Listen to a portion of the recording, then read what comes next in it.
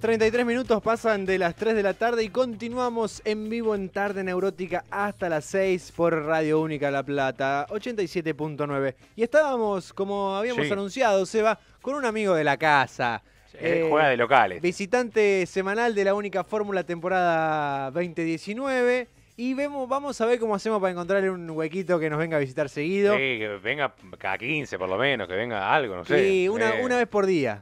O 2 veces por día. ¿Por día? Un huequito de 2 veces por día. Bueno, sí, yo no tengo problema, por supuesto. Amigos, estamos con Augusto Ricardo, quien da talleres de cine y filosofía por toda la provincia de Buenos Aires. Amante del cine y por supuesto también de la filosofía. Siempre intenta pensar o hacernos pensar con algunas pelis y con algunos pensadores de la historia de la humanidad entera.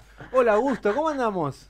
Hola Juan, hola Seba. Qué lindo volver a verte acá adentro. Qué lindo, me encantó volver a entrar, Qué me lindo encantó volver a verte. todo Argentina. nuevo, las cosas nuevas, distintas, cambiadas, renovadas. Hay de todo, ¿viste? Es un quilombo esto, Dios querido. ¿Qué va a hacer? Tranquilo, señor, no se preocupe. Me pongo nervioso, Seba.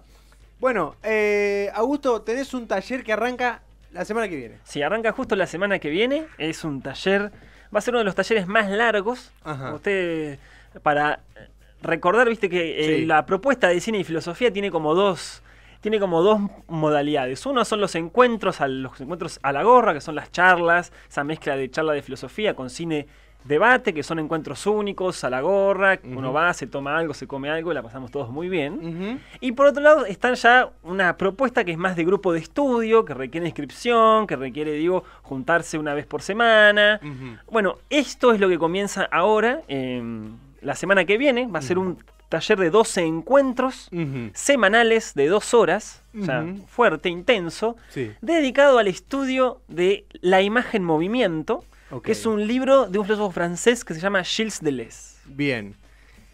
La primera pregunta que tengo es si requiere conocimientos previos. Vos decís grupo de estudio, intenso, semanal. Y yo digo, no es para mí. Me interesa, pero no es para mí.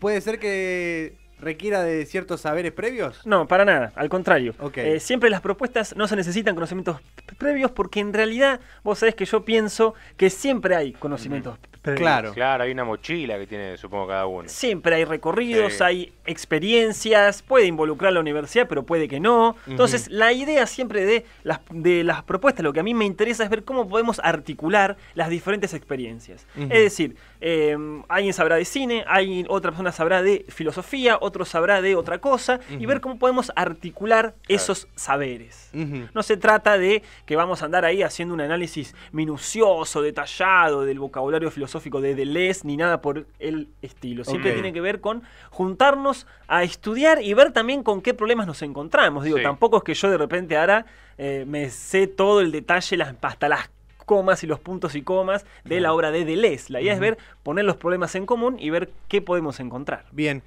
Pregunta 2. ¿Para qué sirve la filosofía? ¿O para qué sirve abordar el cine desde la filosofía? Bueno, vos sabés que eso es una pregunta interesantísima y es una pregunta que a Deleuze le preocupa muchísimo. Ok. Vamos a poner un poco en contexto para poder responder a tu pregunta. ¿Quién es Deleuze? Porque uno dice, ¿no? Gilles Deleuze. Gilles Deleuze. Deleuze es un filósofo francés. Su producción abarca más o menos desde los años 50 hasta los años 90. Fue de esa generación de filósofos franceses que marcó lo que fue Mayo del 68. Tomás Abraham, que es un filósofo argentino, lo conoces, él tiene una tesis que dice que con Deleuze, el Mayo del 68 adquirió a su teoría, porque sabemos que el Mayo del 68 fue una irrupción espontánea, ¿no? De gente saliendo, estudiantes, obreros, saliendo a las calles, demás, o sea, teniendo una acción directa, y posteriormente esa gente encontró en Deleuze la teoría que necesitaba. Ok. Entonces, Deleuze forma parte de la generación de Michel Foucault, de Roland Barthes, de Jacques Derrida, de Jacques Lacan era un poquito más grande, de Althusser. Digo, todos filósofos que uno dice hoy son nombres mayores de la filosofía. Son como esa generación post-existencialismo, post-Sartre, básicamente. ¿No? Entonces, hay que ubicarnos ahí. Hay algo que le preocupa a Deleuze mucho, y es pensar que la filosofía sirve para todo. Cuando vos me preguntabas, ¿para qué sirve la filosofía? Y bueno, viste que ahora está está de moda un poco, bueno, a ver, y vos de la filosofía, ¿cómo podés analizar el amor? Y vos de la filosofía, ¿cómo podés analizar esto y aquello Claro. y aquello? Parecería que la filosofía es un discurso que sirve para analizar cualquier cosa. Claro. Y eso a Deleuze le preocupa. ¿Por qué? Porque dice, parecería que se le está dando mucho, parece que se le está poniendo la filosofía arriba, pero quizá está perdiendo mucho más. ¿Por Ajá. qué? Porque pierde lo específico. Ajá. Si la filosofía habla de, ¿qué vendría a ser la filosofía? Cuando la filosofía habla de filosofía. Claro. ¿Puede hablar la filosofía de filosofía? Es decir, Ujú. pierde lo específicamente filosófico. Ujú. Y ahí Deleuze ve un problema. ¿Por qué? Porque en esta moda de hablar de un montón de cosas, empezamos a traficar los conceptos, empezamos a aplicar conceptos. Ujú. Entonces yo este concepto de la filosofía lo aplico ahí, yo este concepto de la filosofía lo aplico allá, lo aplico allá. Y eso, dice, no sirve para nada, dice Deleuze. Eso no hace pensar. Ujú.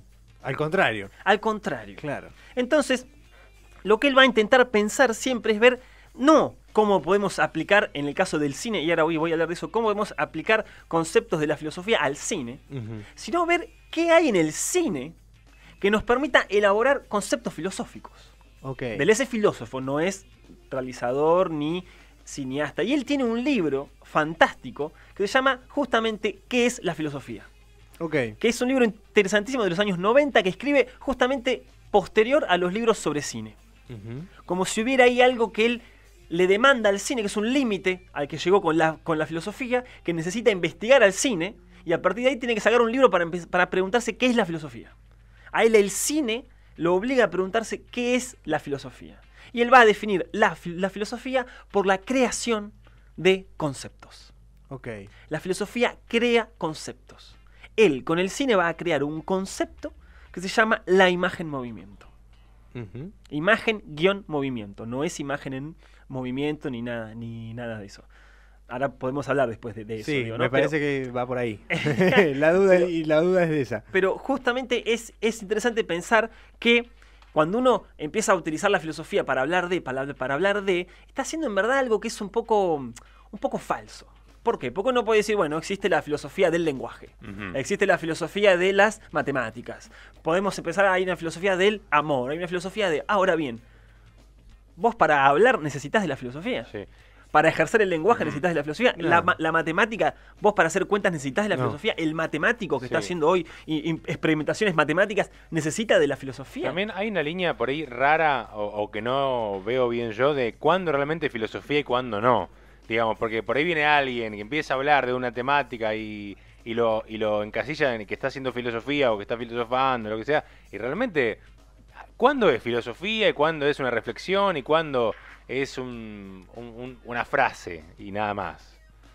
Bueno, e interesante. Ahí vamos a un problema histórico de la filosofía. Nos Claro, sí, vamos pequeño siempre. detalle, sí. Nos vamos, pero bueno, podemos esquematizar rápidamente por lo menos tres momentos, a ver si me sale bien, ¿no? Siempre se dice que tradicionalmente la filosofía en Grecia nace del pasaje del mito al logos. Ajá. Es decir, el pensamiento mítico, el pensamiento mágico, la explicación del mundo mediante fenómenos mágicos, Sí. pasa a ser una explicación del mundo a través de fenómenos racionales. Ahí están los griegos diciendo, no, bueno, la fuerza del agua se combina con la fuerza del viento y pasa la tormenta. Claro. Puede estar equivocado, pero hay una explicación que no va hacia algo que estuviera más allá del mundo, ¿no? Nuestro cuerpo está hecho por humor, está la bilis negra, la bilis amarilla, ¿no? Es decir, explicaciones racionales del mundo. Eso sería lo que podemos empezar a llamar un pensamiento del logos, un pensamiento de la razón en oposición a un pensamiento mítico. Son Ajá. dos formas de pensar igual. Sí, no sí, es que el sí. pensamiento mítico no piensa. Ujú. Después podemos establecer un segundo momento, con un filósofo alemán. Siempre estoy haciendo súper esquemático, sí, ¿no? sí, tal cual. Filósofo alemán que quizás lo conocerán, tiene su nombre dentro de todo conocido, que es Immanuel Kant. Ujú. Sí, sí, sí. Kant, filósofo de la Ilustración, ¿no? Filósofo crítico, escribe muchas cosas, pero particularmente 3 libros: La crítica de la razón pura, La crítica de la razón práctica y La crítica del juicio, Ujú. ¿no? 3 críticas. Y él va a establecer esta idea de, a ver, podíamos usar las teorías de Aristóteles, de Platón, para intentar explicar el mundo, pero acaba de ocurrir algo distinto: Sí. la ciencia moderna.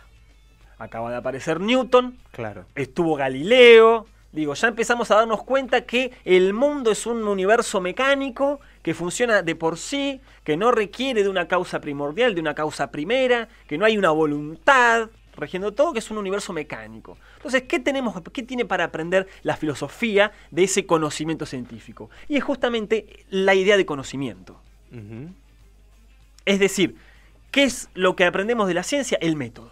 Claro. Solo podemos conocer lo que hemos experimentado, o lo que hemos intuido en todo caso. Pero de lo que no tenemos experiencia, no lo podemos conocer. Claro. No podemos tener conocimiento de eso. Ahora bien, va a decir Kant, también es cierto que hay como algo en nosotros, una suerte de impulso, que siempre nos lleva a preguntarnos por esas cosas Claro. que no podemos experimentar. Casi que lo único que queremos saber es lo que no podemos... Claro. ¿No? ¿no? El sentido de la vida, Claro. el origen del cosmos. Claro. ¿No? Bueno, entonces, ¿qué pasa? Esos, va a decir Kant, son objetos de pensamiento. Ajá. De eso se puede pensar, pero no se puede conocer. Kant va a ser quien establezca, ¿no?, esta distinción entre pensamiento y conocimiento. Conocimiento tiene que ver con la experiencia sensible, con los sentidos, Ujú. con lo que podemos captar mediante los sentidos, mediante la experiencia, y el pensamiento va a estar para todo eso que uno puede llamar hoy metafísica. Claro. El origen de Dios, el sexo de los ángeles, todas esas cosas que la escolástica medieval se preguntaba, ¿no? Claro. Kant, de alguna manera, da vuelta a la hoja y dice, bueno, ustedes si quieren sigan pensando eso, pero eso es pensar, no es conocer. Claro, no es lo mismo. Mirá bien. vos. Crack, Kant. Sí. Y podemos establecer un tercer momento ver. para terminar ahora y volver a Deleuze. Deleuze va a hacer una crítica muy fuerte a pensar la idea de filosofía como comunicación. Ujú. Acá una crítica muy fuerte al periodismo, fundamentalmente, Bien, a vos, y Seba. a la televisión. Ah, ¿Por mirá. qué? Zafamos un poquito. ¿Por qué? Porque él va a decir, guarda con pensar que el pensamiento tiene que ver con la comunicación. Él lo va a pensar en relación a la filosofía, en relación al arte y en relación a la ciencia. Porque Deleuze, y esto lo dice en qué es la filosofía, dice, esas tres son disciplinas creadoras. Es mentira que la ciencia describe o experimenta. La ciencia crea. El arte, por supuesto, crea, Ujú. ¿no?, obras de arte. Bueno, la filosofía también crea conceptos, son disciplinas creadoras. La filosofía crea conceptos, la ciencia crea funciones, ¿no?, que podamos tener esto conectado y todo, se debe a que la ciencia creó una serie de funciones, y el arte va a crear lo que se llama perceptos, es decir, elementos de la percepción. Ujú. No nos vamos a meter, es más complejo, pero ahí. Entonces, él va a criticar la idea de que tanto la ciencia como el arte como la filosofía tengan que ver con la información. Claro. ¿Por qué? Porque no pensemos una idea abstracta de lo que es informar. Pensemos concretamente qué es informar. E informar es ver los medios de información. Comunicar es ver qué hacen los medios de comunicación. Claro. Entonces, si eso es comunicar, si lo que hacen los medios de comunicación es comunicar, eso no es lo que hace la filosofía. Ujú. Eso no es lo que hace el arte, eso no es Bien. lo que hace la ciencia. Ujú. Están escuchando a Augusto Ricardo, un apasionado de ambas cosas, filosofía y cine. Tiene sus talleres de cine y filosofía. Búsquenlo en Facebook e Instagram como Taller de Cine y Filosofía. El martes arranca uno de 2 encuentros basado en Deleuze y la imagen movimiento. Y la pregunta que nos quedaba ahí pendiente era justamente imagen movimiento. Este concepto que crea Deleuze para definir el cine. Exactamente. Vamos, hay que de vuelta hacer un pequeño contexto. A ver. A ver, es un libro, dos libros, porque en verdad es la imagen movimiento y después va a estar la imagen tiempo. Eso Ajá. va a ser un segundo taller cuando terminemos a este. Es un libro que él publica en los años 80. Ujú. Es decir, cuando uno dice Deleuze años 80, está pensando ya en un filósofo completamente consagrado. Digo, siempre, por supuesto, dentro del ámbito de la filosofía, ¿no? Ya un No. tipo al que se le consultaba. Exactamente. Ujú. Digo, todo, pero completamente. Y esto es algo interesante, porque los filósofos no se dedicaban a algo tan banal y superficial como pensar el cine. Claro. El cine fue un entretenimiento, una industria, Masivo. pasajero. Algunos filósofos habían dedicado algunos artículos, algún fragmento de algún otro libro que iba sobre otra cosa a pensar el cine, Merleau-Ponty, Benjamin Adorno, pero nadie lo había agarrado como objeto de estudio. Ajá. Y mucho menos alguien consagrado del Claro. nivel de la altura de un filósofo como Gilles Deleuze. Y el diagnóstico que hace Deleuze es esto, años 80 siempre, ¿no? Dice, nuestro vínculo con el cine está separado en dos. Por un lado, están los que estudian el cine como algo psicoanalítico. El caso de Christian Metz, por ejemplo, que es alguien, para quien haya ido a la Universidad de Cine, lo conoce, le hace todo un estudio de cómo los distintos planos, encuadres, movimientos de cámara pueden ser trasladados al lenguaje. Acá hay un verbo, acá hay un sustantivo, y todo eso revela una estructura psicológica de nuestras mentes. Mirá. Claro. Un estudio interesantísimo, pero que Deleuze dice, está buenísimo, pero es esto de aplicar un concepto a otra cosa. Claro. Guarda, es interesante, me encanta, es muy inteligente, pero a mí me interesa otra cosa. Y por otro lado, él va a analizar la crítica cinematográfica, que dice, caen en lo que se conoce como fenomenología. Están todo el tiempo describiendo su experiencia de percepción. Claro, sí. Lo cual también está recontra buenísimo, pero siempre se nos escapa lo mismo, que es el cine. Ok. Entonces, y esto es algo muy interesante porque ustedes saben, Deleuze es un tipo que cita a muchos filósofos. Sí. De hecho, si uno se pone a leer las notas al pie de los libros de Deleuze, es casi una universidad en sí misma. Uno podría sentarse a leer de la primera a la última de Deleuze y puede ir buscando las referencias y leyendo esas referencias. Listo, pasó por la Universidad de Cine. Eso hace que Deleuze sea un filósofo muy complejo, muy difícil. De hecho, se habla mucho de su obra o de su pensamiento como un gran teatro de filósofos. Claro. Donde él establece una suerte de teatro donde introduce un personaje, le hace decir una idea y lo hace dialogar con otra idea. Deleuze es un estético. Él no piensa la filosofía o los sistemas filosóficos o las obras de los filósofos en su relación a la verdad, sino como fenómeno estético. Él busca ver cómo un concepto por ahí se puede componer con otro concepto. Entonces dice, tal concepto de Kant, ¿no? Juicio sintético a priori.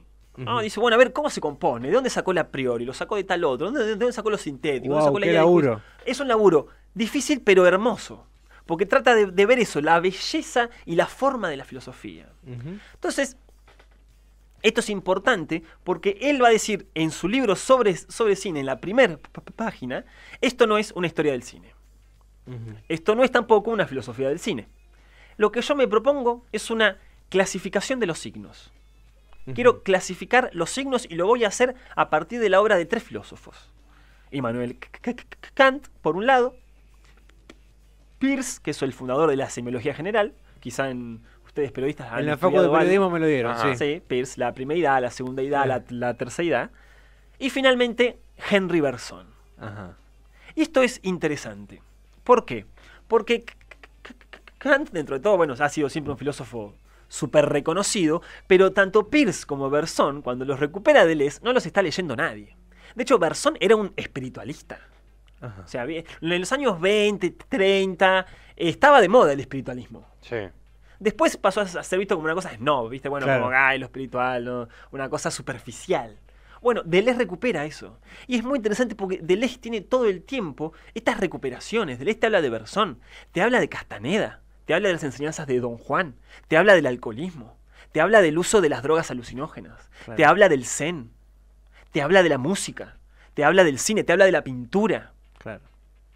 Digo, cuando uno dice Deleuze es un filósofo difícil y complejo, Deleuze está todo el tiempo hablando de cosas que los filósofos no hablan. Claro. Por lo menos no hablaban, sobre todo en los años 80. Claro, en ese momento.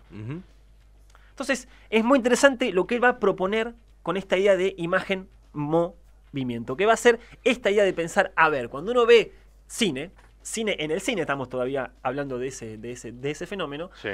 no hay que creer que lo que uno percibe es una imagen en movimiento.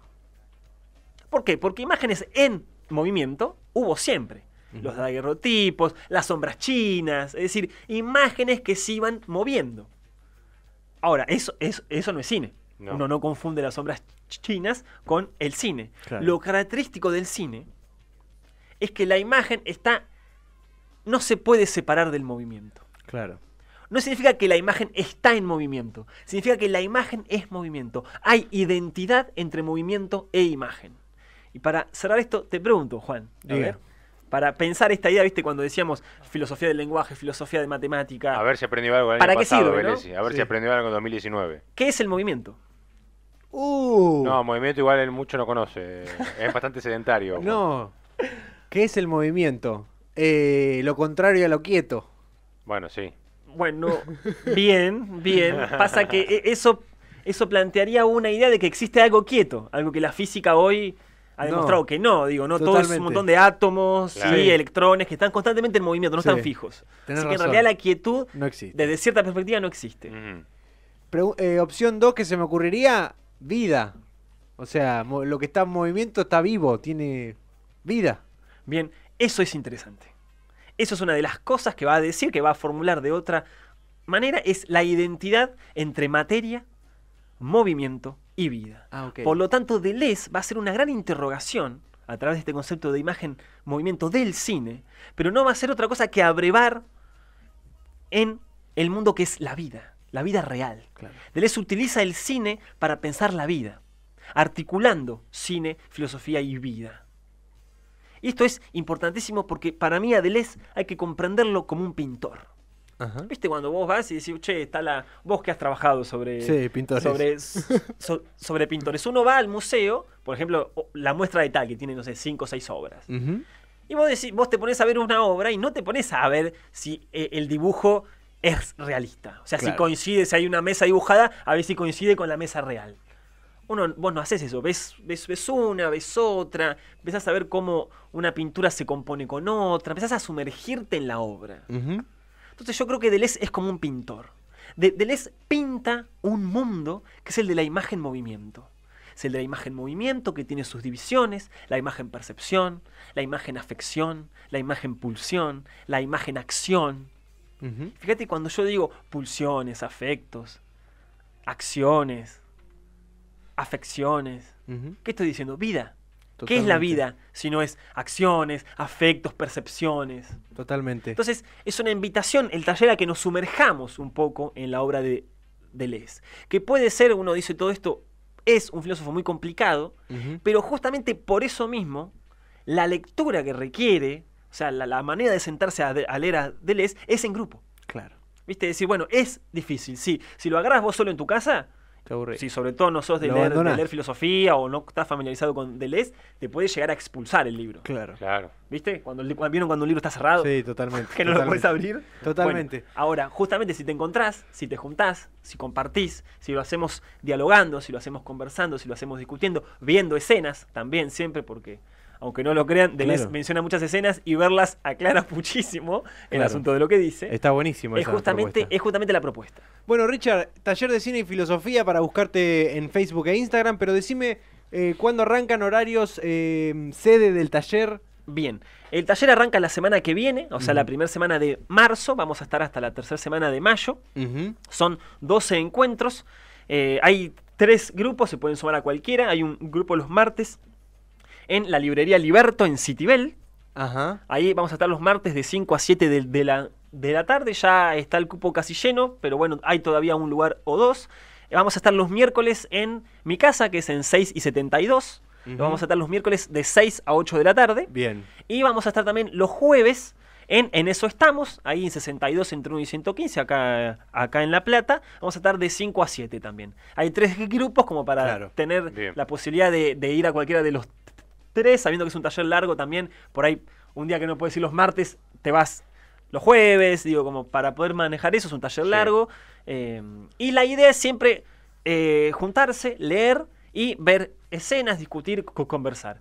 Hay 3 modalidades, como siempre, la modalidad presencial, Ujú. ¿no? En la cual, por supuesto, vas y participás y yo comparto todos los materiales, bibliográfico, audiovisual, y comparto también, que esto es muy importante, unos resúmenes que yo me hago para mí. Ok. Se los comparto también, que son una buena herramienta Claro. también. Y hay otra modalidad nueva que es modalidad oyente, en Apa. la cual vos podés ir, participar activamente de los encuentros, por activamente entiendo ir, hablar, conversar, preguntar, comentar, ver todo, pero no se te comparte ningún material Ajá. audiovisual, ni bibliográfico, ni resúmenes. Podés ir y participar de los encuentros. Ok. Y finalmente hay una modalidad a distancia, online, donde yo comparto todo esto que ya dije, material bibliográfico, audiovisual, resúmenes, y sumo el audio de los encuentros, que yo Bien. lo edito, lo armo tipo podcast y queda el ejercicio para cada uno en su casa, de acuerdo a sus tiempos, Claro. de escuchar el podcast, leer las notas, ver los materiales audiovisuales, y bueno, y lo que quiera, digo, ¿no? Pues ya ahí cada uno tiene los materiales, se maneja como quiere. Augusto Ricardo vino a visitarnos a Tarde Neurótica. Quizás lo conociste el año pasado por sus columnas en La Única Fórmula. Buscá en nuestra web o buscá también en su canal de YouTube, que me había olvidado mencionarlo. También Taller de Cine y Filosofía, ¿no? Sí. Allí están subidos los audios, cual podcast, donde habla de películas, de actores, de directores, todo eso en género femenino y de filósofos y filósofas. Richard, un gran placer volver a verte aquí adentro. Escucharte hablar siempre es un placer. Suerte con este taller. Recuerden que pueden inscribirse, que no requiere conocimientos previos, que no tiene un arancel de la Universidad Católica, digamos, es accesible. Es muy accesible. Así que métanle pata, no tengan miedo de, no sé si va a ser para mí, por lo menos haced la prueba. Hagan la prueba tal cual. Si te picó el bichito de la curiosidad, métele para adelante. Seguro, Sí, seguro sí, que sí. sí. Richard, un placer. Hasta la próxima. Muchas gracias a ustedes, un placer. Augusto Ricardo pasó por Tarde Neurótica. Quédate porque tenemos más. Hasta las 6 estamos en vivo por la Radio Platense del Rock Nacional.